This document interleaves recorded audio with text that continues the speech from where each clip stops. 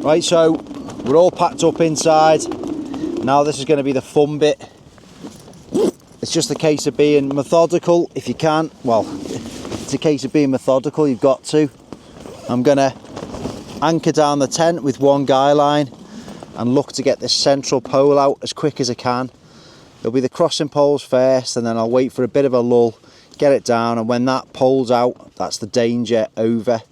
The issue with this tent is the pole arch is quite narrow, it's quite a tight fit, so it's not just to clip it out, bang you down, it's a bit of a slow process, and you know, you can pierce it if you're not careful, so I'm sure it'll be fine. We'll get out and we'll have a go.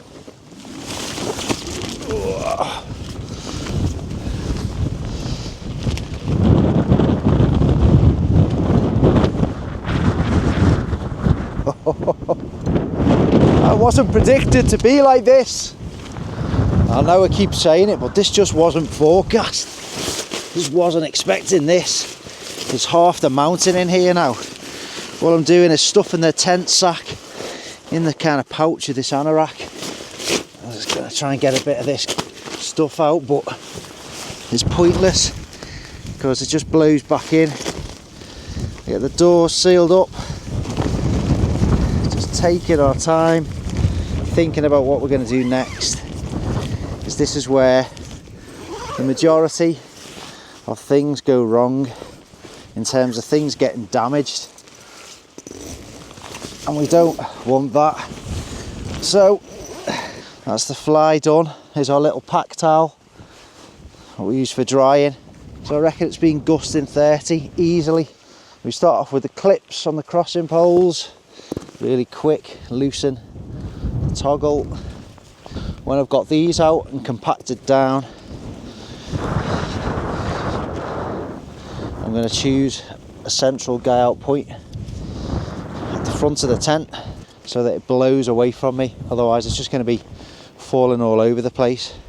And it's just a case of out of the eyelets, I'll do the velcro at one end. Make sure you don't stand on your fly when you're doing that, and that's it. Crossing poles are nicely out. I always break him in the centre, don't step on him, and that's these done. And now what we're going to do is, if we can, it's guyed out pretty well. It's quite hard to do this, but I'll have a go first. Is just relax the tension in the pole arch, get one cup out, and quickly round to the other side whilst the tent's at its most vulnerable. Same on the other. Relax that tension, pole arch out and down, and just with a bit of pressure gently let it flatten itself out. The poles dig into the soft grass. Well, that's it. There's no real danger now. The tent's guyed out, the pole's out, and it's not going to be damaged. We're just going to really carefully feed the pole through, and again it'll jam on the other side, so you've just got to go round and fix that. But I'll bring you back when this is done. The main danger is over. So that's all the poles out. Obviously the wind's coming. Every time you pick this up, it's gone. That must be around 30. That's the previous recording. So we're going to use the pack as our anchor. Make sure you lift it by the places it's designed to be lifted. It's easy just to rush, isn't it, when it's like this? So we'll use this little one. This is our insurance policy, and then get it onto this carabiner.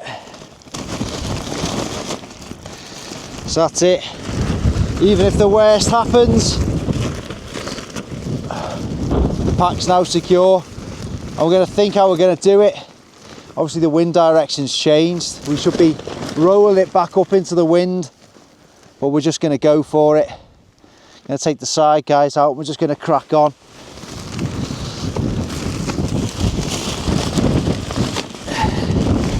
Don't want to lose our pegs. In terms of tying the guy lines up, I'm just going to do it crudely at the moment. It's not the place to be faffing around.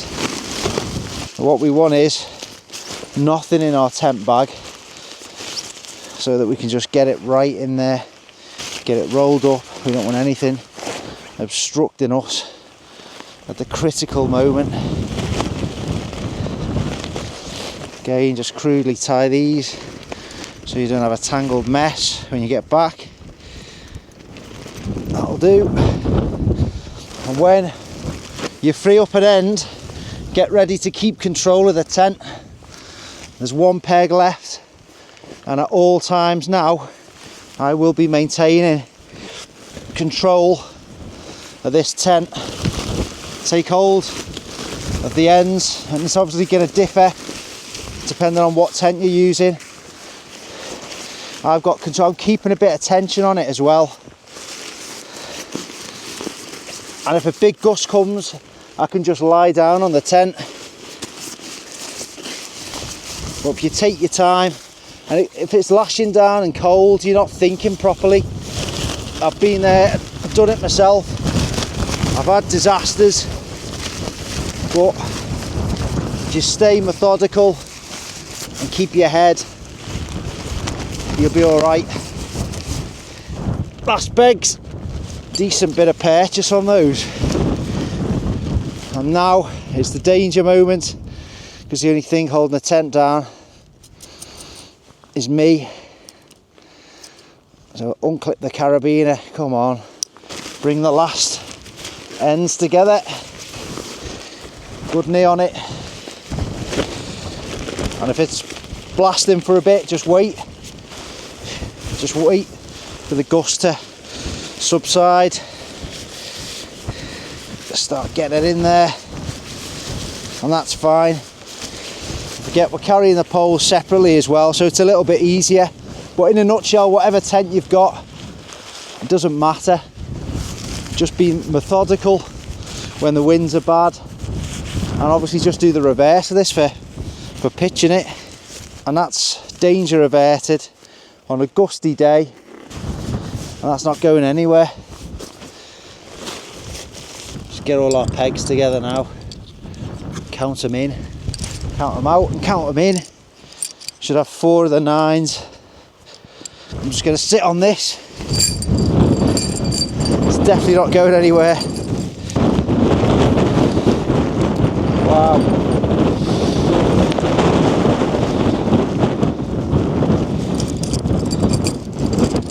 And obviously this little bit of advice segment is not aimed at people that know what they're doing.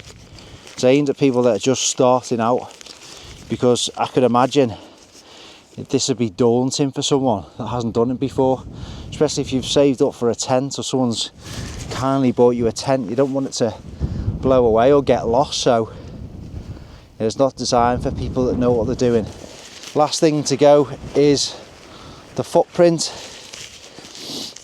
We've got another little peg bag in here for that. I'm just going to keep hold of it. This is not hard to do. Keep hold of that. I'm just going to crudely stuff it in. We're just going with the stuff method. So it's probably been gusting 25, maybe 28. And that's why I always take it with a pinch of salt. People that claim they've camped in 60, 70 mile an hour winds, definitely 70. Show me the wind speed readings properly, and show me the tent still standing. If that's the case, I take it back.